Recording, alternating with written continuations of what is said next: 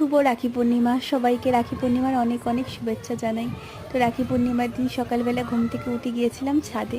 দেখলাম বছরের প্রথম ড্রাগন ফ্রুটটা হয়েছে, গাছেরও প্রথম এটা, মানে এত বছর গাছটা লাগিয়েছি তার মধ্যে এই বছর প্রথম দিয়েছে ফল। তো তারপর বোন ইতিমধ্যে রাখি নিয়ে চলে এসছে, আমিও স্নান টান সেরে নিয়েছি। গুড্ডু গুড্ডুর জন্য দুটো রসমালাই চকলেট অর্ডার দিয়েছিলাম, সেই দুটোও চলে এসছে। একে একে রাখি পরানোর কাজ চলছে, প্রথমে দাদু, তারপর কুট্টু গুড্ডু। বোন পরিয়ে নেওয়ার পর আমি পরিয়ে নিয়েছি, তারপর কুট্টু খুব সুন্দর একটা গিফট দিয়েছে, সেটা পরে তোমাদের সাথে দেখাবো, এই ভিডিওতে দেখালে অনেকটাই বড় হয়ে যাবে।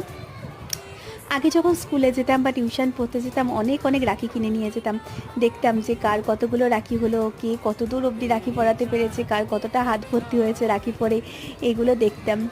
তো যাই হোক, এগুলো তো এখন পুরোনো দিনের কথা, মনে পড়লে বেশ ভালোই লাগে।